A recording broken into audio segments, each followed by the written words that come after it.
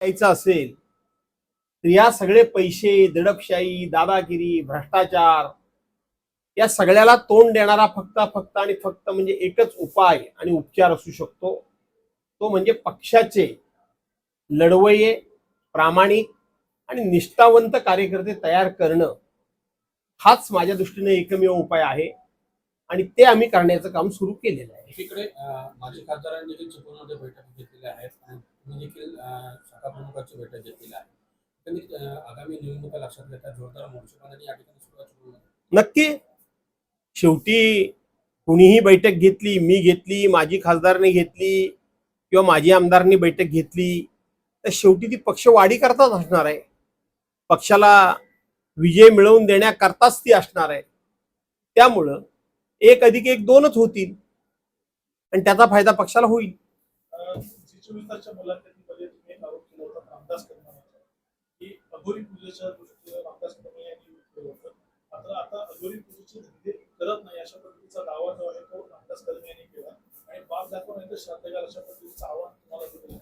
मी रामदास कदमांना धन्यवाद देतो. आता मी अघोरी प्रकारचे धंदे करत नाही असे रामदास कदम बोलले असतील तर बरं झालं. माझ्यामुळे त्यांच्या वृत्तीमध्ये, त्यांच्या वागण्यामध्ये, त्यांच्या विचारांमध्ये बदल झाला असेल तर मला त्याचा आनंद आहे. आणि म्हणून रामदास कदमांना मी हेच सांगेन की आता त्या काळ्या जादू, बंगाली जादू ह्याच्या भानगडीच्या ऐवजी आता तुम्ही सुद्धा, तुम्ही आम्ही जवळजवळ सारख्याच वयाचे आहोत, आता तुम्ही जरा सन्मार्ग पत्करावा आणि तो जर त्यांनी पत्करला असेल तर मी त्यांना धन्यवाद देतो. त्या सन्मार्गाबद्दल त्यांना शुभेच्छा. मी काय सांगू त्याच्यामध्ये. आता मी नाराज आहे. आता माझ्या कार्यालयाच्या उद्घाटनाला तुम्ही एवढे मोठ्या संख्येनं आलेत. प्रणव पुळेकरांसारखा खास माझा मित्र रत्नागिरीतून सुद्धा आलेला आहे. या सगळ्या भानगडीमध्ये मी नक्की कुठे आहे ते बघायला. तर माझ्या कार्यालयाचा बोर्ड, माझ्या कार्यालयाचं एकंदरीत स्वरूप हे बघितल्यानंतर मी उद्धव बाळासाहेब ठाकरेंच्यावर नाराज आहे की नाही हे जे कोण आरोप करतात त्यांना जर कळलंच नसेल किंवा कळणारच नसेल तर त्याबाबत मी वारंवार खुलासा करून काही फायदा होणार नाही. स्थानिक स्वराज्य संस्थेसाठी यावेळी महत्वाचे आहेत. एकूण राजकीय परिस्थिती पाहता अशा वेळेस तुमच्याकडे मध्यंतरी विदर्भाची जबाबदारी देण्यात आलेली होती. आता तुम्ही सिंधुदुर्गची पासून तक्रार करणार असं म्हणताय. एकंदरीत पक्षाने काय देऊ नये पक्षानं हे पक्षाला मी सांगणारा कोण आणि पक्षाने द्यावं की न द्यावं हे पक्षाने ठरवायचं. परंतु कालच माझे सहकारी माजी आमदार वैभव नाईक यांचं माझं बोलणं झालं. तिथे आमचे संदेश पारकर आणि त्यांचं माझं बोलणं झालं. बाकीचे सगळे आमचे जुने जाणते सहकारी त्यांचं माझं बोलणं झालं. त्यांचं म्हणणं आजही उद्धव बाळासाहेब ठाकरेंची शिवसेना इथं ताकदीनं उभी आहे, पण त्यांना एका भक्कम आणि तितक्याच ताकदीच्या नेतृत्वाची गरज आहे. आक्रमक नेतृत्वाची गरज आहे, लढवय्या नेतृत्वाची गरज आहे, निर्भीड नेतृत्वाची गरज आहे. आणि म्हणून तुम्ही या असं त्यांचं म्हणणं आहे. आणि म्हणून माझ्याकडे जबाबदारी दिली नाही दिली यापेक्षा शिवसैनिक म्हणून एकमेकाच्या मदतीला जाणं हे शिवसैनिकाचं काम आहे आणि म्हणून मी त्यांच्या मदतीला जाणारच आहे. तिकडे जाणारच आहे. त्यांचं मानधन मिळत नाही, त्या ठिकाणी श्रावणबाळ योजनेचं मानधन मिळत नाही, संजय गांधी निराधार योजनेचं मानधन मिळत नाही, लाडक्या बहिणीला त्या ठिकाणी दर महिन्याचा देणारा हप्ता हा आदिवासी विकास योजनेतून पैसे काढून आणि मागासवर्गीय विकास योजनेतून म्हणजे समाज कल्याण विभागाच्या योजनेतून पैसे काढून दिले जातात. या राज्याचे अर्थमंत्री यांनी भयंकर गंभीर असं एक स्टेटमेंट केलं की ज्याची महाराष्ट्रानं दखल ज्या प्रमाणात घ्यायला पाहिजे ती घेतली नाही. काय म्हणाले अजितदादा, आम्ही पैसे कोणाला देतोय? आम्ही पैसे आदिवासी विकास योजनेचे पैसे काढून आदि विकास महिलांनाच देतोय. आम्ही समाज कल्याण विभागाचे पैसे काढून समाज कल्याण विभागाच्याच महिलांना देतोय. याचा अर्थ काय? तुम्ही योजना आखताना हे असे वेगवेगळे समाज विभागण्याची योजना आणलीत का? तुम्ही सरसकट सर्वांकरता एक योजना आणलीत. राज्याच्या तिजोरीतून आम्ही पैसे देऊ म्हणून सांगितलं. 46,000 कोटी रुपये राज्याच्या अर्थसंकल्पामध्ये आम्ही तरतूद केली म्हणून सांगितलं. आणि तुम्ही आदिवासी विकास योजनेचे पैसे तुम्ही आदिवासी विकास महिलांना देता. समाज कल्याण विभागाचे पैसे तुम्ही समाज कल्याण विभागाच्या महिलांना देता. म्हणजे राज्याची तिजोरी ही आदिवासी समाजाकरता आणि मागासवर्गीय समाजाकरता नाही, फक्त बाकीच्या समाजांकरता आहे का? काय चाललंय काय हे? पण मनाला वाटेल ते बोलायचं आणि त्याच्यावर मुख्यमंत्र्यांनी आणखीन गंभीर अशा प्रकारचा त्यांनी कोट केलं की अजितदादा पवार बोलले ती आमची सगळ्यांची भाषा आहे, आमचं सगळ्यांचं तेच मत आहे, ते बोलले ते आम्हाला मान्य आहे. पुणे रेल्वे देखील विचारला जातोय, कारण सरकारने याबाबत एक पाऊल मागे कुठेतरी घेतलेलं पाहायला मिळते. संबंधितांची चर्चा करूनच निर्णय घेऊ असं दादा भुसे यांनी म्हटले. त्याचप्रमाणे राज ठाकरेंची देखील आम्ही सगळ्यांशी चर्चा करू आणि मगच निर्णय या संदर्भात घेऊ. देवेंद्र फडणवीसांसारखा चलाक माणूस या महाराष्ट्रामध्ये शोधून सापडणार नाही. तो चांगल्या अर्थानं की वाईट अर्थानं तो अर्थ तुम्ही लावा. मागच्या वेळेलाच त्यांनी सांगितलं होतं की आम्ही कुठलीही मराठी भाषेची तिसरी भाषा म्हणून जबरदस्ती करणार नाही, लादणार नाही, हे सांगितलं होतं. त्यानंतर दादा भुसे जे ते शिक्षण मंत्री आहेत त्यांनी सांगितलं की आम्ही तो विषय मागे घेतला. आम्ही आता मराठी भाषा ही तिसरी भाषा म्हणून कंपल्सरी जी करणार होतो ते आम्ही करणार नाही असं सांगितलं. गेल्या 8-10 दिवसात काय झालं? कोणाकोणाच्या गाठीभेटी झाल्या मला माहित नाही, मी विचारतोय तुम्हाला. आणि अचानकपणे हा मराठी भाषेचा मुद्दा राज्याच्या मुख्यमंत्र्यांनी समोर आणला. महाराष्ट्राला कळतं महाराष्ट्र एवढा आंधळा नाहीये, महाराष्ट्र एवढा दुधकुळा नाहीये. पण मला माहित नाही की हा बासनात गुंडाळलेला मुद्दा अचानकपणे पुढे का आला, याचा शोध तुम्ही पत्रकारांनी घेतला पाहिजे आणि तो तुम्ही घ्याला. 25% मतदान वाढलेलं आहे. मी मगाशीच सांगितलं ही फार चिंताजनक गोष्ट आहे. कालच वंचित बहुजन विकास आघाडीचे नेते प्रकाशजी आंबेडकर यांनी जे हायकोर्टामध्ये एक रीट दाखल केलेला आहे त्याच्यामध्ये त्यांनी म्हटलंय की शेवटच्या 2 तासामध्ये 70 लाख ते 60 लाख मतदान वाढलंय. कसं वाढलं? आणि त्याच्यावर हिअरिंग झालं आणि त्याचा निकाल 25 तारखेला लागणार आहे. राहुल गांधींनी हे सगळे पुराव्यानिशी या सगळ्या गोष्टी मांडल्या आणि त्यांनी निवडणूक आयोगाकडे मागणी केली की 5 ते 7 या शेवटच्या 2 तासामध्ये जे मतदान झालं महाराष्ट्र विधानसभेच्या निवडणुकीमध्ये त्या मतदानाची आकडेवारी द्या, त्याचं CCTV फुटेज द्या, त्याची सगळी माहिती द्या. तुम्हाला माहित आहे का या सरकारला जे वाटेल ते सरकारने काम करावं. सरकारच्या सत्सक बुद्धीला जे पटेल त्या पद्धतीनं आणि जनमानसाचा कानोसा घेऊन सरकारनं त्यातला निर्णय घ्यावा. परंतु 3 प्रकारच्या 3 समाजाच्या लोकांना एकमेकाच्या विरोधात भिडवण्याचा हा डाव आहे. थोरले बाजीराव पेशवे हे कोणाचे, राजमाता जिजाऊ ही तर कोणाच्या आमच्या सर्वांच्या, सावित्रीबाई फुले कोणाच्या आमच्या सर्वांच्यात. पण त्याच्यामध्ये समाजामध्ये वाद लावणं ही जी काही प्रवृत्ती सध्या महाराष्ट्रामध्ये बोकाळले त्याला सरकारनं आळा घालून त्या ठिकाणी सामंजस्याने हा प्रश्न सोडवावा असं मला वाटतं. प्रभाग रचनेला ऑक्टोबर सचिवांना जे आहे ते मूळ विभागामध्ये हजर राहण्याच्या नोटीस आहेत ते समाज प्रशासनाने दिलेल्या आहेत. सगळ्या मंत्र्यांचे खासगी सचिव आहेत त्याला ऐकलं असाल की कुठल्याही मंत्र्याला आपला OSD नेमण्याचा अधिकार सुद्धा नाही. जे केंद्रामध्ये डिक्टेटरशिप सुरू आहे तीच देवेंद्र फडणवीस यांच्या राज्यामध्ये देवेंद्र फडणवीसांची डिक्टेटरशिप सुरू आहे. शिवसेना कुठली आहे? मी आता बोललोय ते आता पुन्हा तेच शब्द त्यांच्याकरता वापरू का? मी अनेक वेळा अनेकांना बोललोय. त्यामुळे ते फार गांभीर्याने रामदास कदमांना घेण्याची आवश्यकता नाही. छगन भुजबळ यांच्याप्रमाणे उद्योगमंत्री विजय सामंत यांनी देखील भास्कर जाधवांनी राजकारणात होऊन त्यांच्या अनुभवाचा फायदा हा महाराष्ट्राला होईल असं एक विधान केलं. चांगली गोष्ट आहे.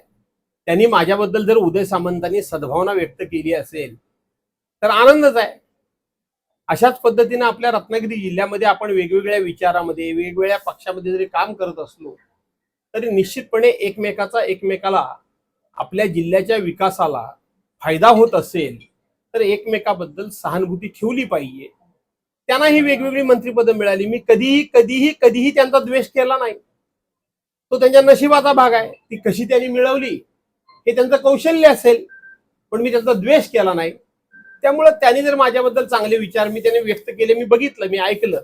फक्त ते म्हणाले की भास्कर जाधव म्हणाले की मी पोलिसांच्या गाडीतून पैसे भास्कर जाधवांच्या मतदारसंघात वाटले. मी त्यांच्यावर हा आरोप केलेला नाही. मी त्यांच्याबद्दल असं काही बोललेलो नाही. मी आत्ताही सांगतो की पोलिसांच्या गाडीतून पैसे आणून माझ्या मतदारसंघामध्ये वाटले गेले या आरोपाशी मी ठाम आहे. पण त्याच्यामध्ये मी उदय सामंतही पैसे वाटले असं कुठेही बोललेलो नाही. मंडणगडमध्ये जाऊन अघोरी विद्यालय होते लिंबू वगैरे घेऊन जाणारी माणसं त्यांची नावं सांगितलं. हा रामदास कदम हे हवेमध्ये गोळीबार करणारा माणूस आहे. त्याला काही कुठला पुरावा द्यायची गरज वाटत नाही. बस बेछूट आरोप करायचे. भास्कर जाधव हा अघोरी कृत्य सोडा, साधा नारळ कोंबडा सुद्धा कोणाच्या नावाने येत नाही. मी तर पितृपक्षामध्ये लोक शुभ काम करत नाही. मी तर म्हणतो हमखास पितृपक्षामध्ये माणसाने शुभ काम करावं असा मी सल्ला देत असतो सर्व माझ्या सहकाऱ्यांना. का तर त्या पितृपक्षामध्ये आपले पितृ जे आहेत म्हणजे आपले पूर्वज आहेत ते खाली जमिनीवर आलेले असतात. त्यांच्या उपस्थितीमध्ये काही शुभ काम केलं तर त्यांना सुद्धा बरं वाटेल की आपले काहीतरी दिवटे काहीतरी चांगलं काम करतायत. त्यामुळे रामदास कदम हे बेछूट आरोप करणारा माणूस आहे. त्यांना काहीतरी उत्तर द्यावं लागतं. रामदास कदमांच्या फार बोलण्याकडे लक्ष देऊ नका, मीही देत नाही. ते असंही म्हणाले आणि मनसेच्या युतीबाबत नेहमी चर्चा सुरू आहे गेल्या काही दिवसात. पण मनसेचे नेते काही ठाकरेंवर टीका करताना किंवा राऊतांवर टीका करताना दिसतात. त्यातच मनसेचे नेते संदीप देशपांडे यांनी असं म्हटलं की ठाकरे गटाच्या म्हणजे कुणी? संदीप देशपांडे. ठीक आहे.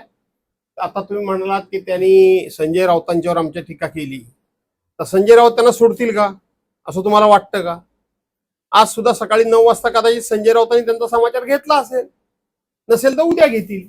पुन्हा एकदा काल संजय राऊत यांनी लावूनच घेतलं ते थांबणार नाही, ते जाते सत्तेची ज्यांना ते जाणारच असं एक विधान केलं होतं. काय म्हणा हे विधान संजय राऊतांनी माझ्या बाबतीत केलेलं नाही. हे विधान करत असताना अजितदादा पवारांबरोबर जे आमदार गेले त्यांच्याबद्दल त्यांनी विधान केलं. आता ते त्यांनी त्यांच्याबद्दल केलं त्याला उत्तर अजितदादा पवारांचे लोक देतील किंवा देणारही नाहीत. केला एक नोट निवडणूक आयोगाने केंद्र सरकारकडे पाठवली आणि या सरकारने घाई गडबडीत कायदा केला की आता याच्या पुढं निवडणूक झाल्यानंतर झालेलं मतदान, ते मतदानाची पेटी किंवा विरोधी पक्ष सातत्यानं संशय व्यक्त करतोय अशा पार्श्वभूमीवर तुम्ही हा कायदा केलात. जो कायदा नाही तो कायदा करून 45 दिवसामध्ये तुम्ही ते मतदान आणि त्याचा पुरावा नष्ट करायचा हा जो कायदा केलात, आज ही लोकशाही पूर्णपणे धोक्यात आहे. ही लोकशाही अडचणीत आहे. राहुल गांधी म्हणतात म्हणून त्यांची टिंगलटवाळी केली जाते, पण ते म्हणतायत याची दखल या देशामध्ये घेण्याची गरज आहे. कसं आहे, हे सरकार इतकं बेमुरवतखोर आहे. या सरकारचा अधिकाऱ्यांच्यावर कुठल्याही प्रकारचा आता दबाव, प्रशासनावर कुठल्याही प्रकारची वचक राहिलेला नाही. मंत्री नुसते येतात आणि सगळं गुडी गुडी गुडी गुडी छान छान उत्तम उत्तम असं करतात आणि निघून जातात. 5 म्हशी त्या शेतकऱ्याच्या मेल्या, तो हा शेतकरीचा इकडे यावं, ह्याच्या चेहऱ्यावर बघा हा किती गरीब माणूस आहे तो. हा हे प्रमोद कदम यांच्या 5 म्हशी लाईटची वायर तार पडून शॉक लागून मेल्या आणि 6वी म्हैस मरणाच्या दारात आहे, ती तडफडतीये.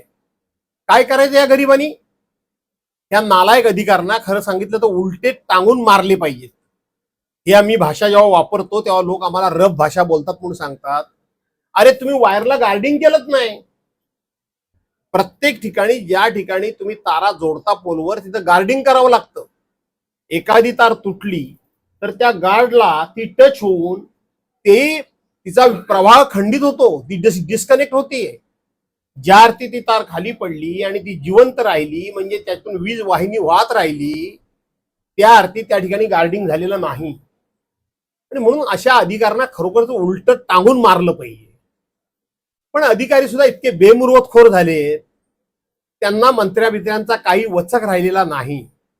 त्याच्याकरता हे असे गरीब शेतकरी जे बिचारे आहेत हे बळी जातात. या माणसांनी काय करायचं? मी जाणार आता MSEB मध्ये. मागील 2 कंपन्यांनी पळवलेला आहे. त्यामुळे काय झालं की पुणे, नाशिक, नागपूर आणि संभाजीनगर मध्ये स्थानिक ब्रँड आहेत ते कुठेतरी संकटात आलेले पाहायला मिळतात.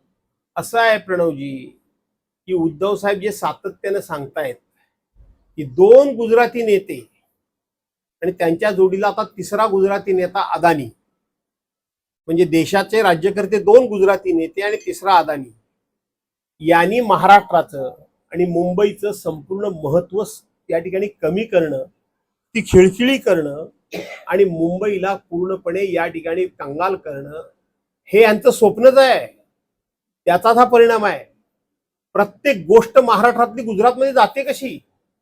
गुजरातची प्रगती व्हायला आमचा विरोध नाही, पण महाराष्ट्राची प्रगती थांबवून महाराष्ट्रामध्ये डेव्हलप झालेले बिझनेस हे महाराष्ट्रातच ठेवण्याच्या ऐवजी ते गुजरातमध्ये नेऊन गुजरातची प्रगती करणं, पर्यायानं महाराष्ट्र खिळखिळा करणं, महाराष्ट्र दुबळा करणं, हा जो काही एक दुष्ट हेतू आहे आणि तो दुष्ट हेतू साध्य व्हावा म्हणूनच उद्धव बाळासाहेब ठाकरे यांचं सरकार पाडण्यात आलं.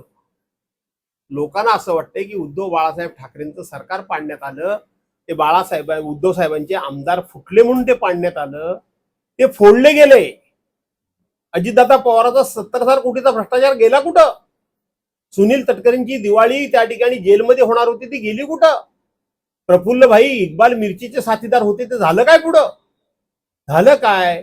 प्रताप सरनाईकांच्यावर एवढे आरोप झाले, ते झालं काय? रवींद्र वायकरांच्यावर आरोप झाले, त्याचं झालं काय? नवाब मलिकांच्यावर एवढे आरोप झाले, त्याचं झालं काय? भुजबळ साहेबांच्यावर एवढे आरोप झाले, त्याचं झालं काय? भावना गवळीवर एवढे आरोप झाले, त्याचं काय झालं? त्या ठिकाणी अर्जुन खोतकरांच्यावर आरोप झाले, त्याचं काय झालं? काय झालं काय? अशी 100 उदाहरणं मी देईन. आता सुधाकर बडगुजरना ह्यांनी घेतलंय. आणि म्हणून जे काय चाललंय ते अतिशय अतिशय अतिशय ह्या देशाच्या एकतेला, अखंडतेला आणि पूर्णपणे स्वातंत्र्याला धोका देण्याचंच काम चाललंय. या देशातल्या जनतेनं सावध राहण्याची गरज आहे. उद्धव साहेब जे तळमळीनं, तडफेनं सगळी संकट अंगावर घेऊन जे बोलतायत ते उगाच बोलत नाहीयेत. त्याचा शब्दशः अर्थ समजून घेतला पाहिजे.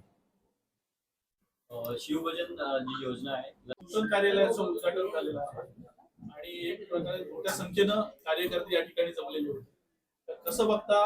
कारण जुन्या कार्यालयामध्ये आम्ही भरपूर वेळा आलो होतो, आता नवीन कार्यालयामध्ये आलेलो आहे. कसं बघता एकूण सगळं? कसं आहे की परवांच्या दिवशी 22 तारखेला मी माझ्या ग्वाहागर विधानसभा मतदारसंघातल्या शाखा प्रमुखांचा एक मेळावा घेतला आणि उद्याची जिल्हा परिषद पंचायत समिती लढवण्यासंदर्भात आपण कसं तयार असलं पाहिजे या संदर्भामध्ये तो मेळावा पार पडला. त्यानंतर मी काल चिपळूण विधानसभा मतदारसंघातल्या प्रमुख पदाधिकाऱ्यांना मी बोलवलं होतं आणि तिथं देखील चिपळूण नगरपालिका आणि जिल्हा परिषद पंचायत समिती कशा प्रकारे लढवावी याच्यावर आम्ही चर्चा विनिमय केलं. आणि त्यानंतर माझा चिरंजीव विक्रांत आम्ही घरी गेल्यानंतर म्हणाला की पप्पा आता आपलं कार्यालय जवळजवळ तयार झालंय, तर त्याचं उद्या उद्घाटन करूया. मी म्हटलं ठीक आहे करूया. तर तो म्हणाला उद्या आईचा वाढदिवस आहे आणि उद्यासारखा महत्वाचा दिवस दुसरा कुठला असू शकणार नाही. म्हणून अचानकपणे मी आज या पुन्हा कार्यालयामध्ये, म्हणजे नूतनीकरण केलेल्या कार्यालयामध्ये, हे कार्यालय पूर्वी 16-17 वर्षापूर्वी बांधलेलं होतं, तर ते नूतनीकरण केलेल्या कार्यालयामध्ये उद्याच आपण बसण्याचा मुहूर्त करूया असं सांगितलं. एका बाजूला पत्नीचा वाढदिवस, एका बाजूला आपल्या कार्यालयामध्ये पुन्हा आपण बसून आपलं कामकाज सुरू करणार आणि सध्या निवडणुकाचं वारं वाहतंय. या पार्श्वभूमीवर हा सगळा योग जुळून यावा याचा निश्चितपणे मला आनंद आहे. जिल्हा परिषद आणि पंचायत समिती निवडणुका जवळ येतात. शाखा प्रमुखांचा मेळावा कशा पद्धतीचं उद्धव बाळासाहेब ठाकरे या निवडणुकीसाठी समोर जाणार आहे आणि कशा पद्धतीची तयारी सध्या तुमच्याकडून होते? कारण ज्या पद्धतीनं कोकणामध्ये एकूण नेतृत्व तुमच्याकडे बघितलं जातं आणि आशेने लोक बघतात. असं की कोकणामध्ये लोक जर माझ्याकडे उद्धव बाळासाहेब ठाकरे पक्षाचं एक नेतृत्व म्हणून जर माझ्याकडे आशेने बघत असतील तर माझी जबाबदारी ही वाढलेली आहे आणि म्हणून ती आपली जबाबदारी पार पाडण्याकरता आपण सज्ज असलं पाहिजे. आणि सज्ज असायचं असेल तर सध्या अतिशय भ्रष्ट अशा प्रकारचा राजकीय कारभार सुरू आहे. निवडणुका आता आपले कार्यकर्ते, आपल्या विचारांचे कार्यकर्ते तयार करून जिंकण्याच्या ऐवजी प्रचंड असा भ्रष्टाचाराचा पैसा वापरून आपले उमेदवार विजयी करायचे, निवडणुका जिंकायच्या आणि त्याचबरोबर तिथेही आपल्याला जर यश आलं नाही तर दुसऱ्या पक्षातून निवडून आलेले लोक यांना सरळ सरळ अमाप पैसा देऊन विकत घ्यायचं, ही आता एक नवीन प्रॅक्टिस या देशामध्ये आणि राज्यामध्ये सुरू झालेली आहे. तिला तोंड द्यावंच लागणार आहे.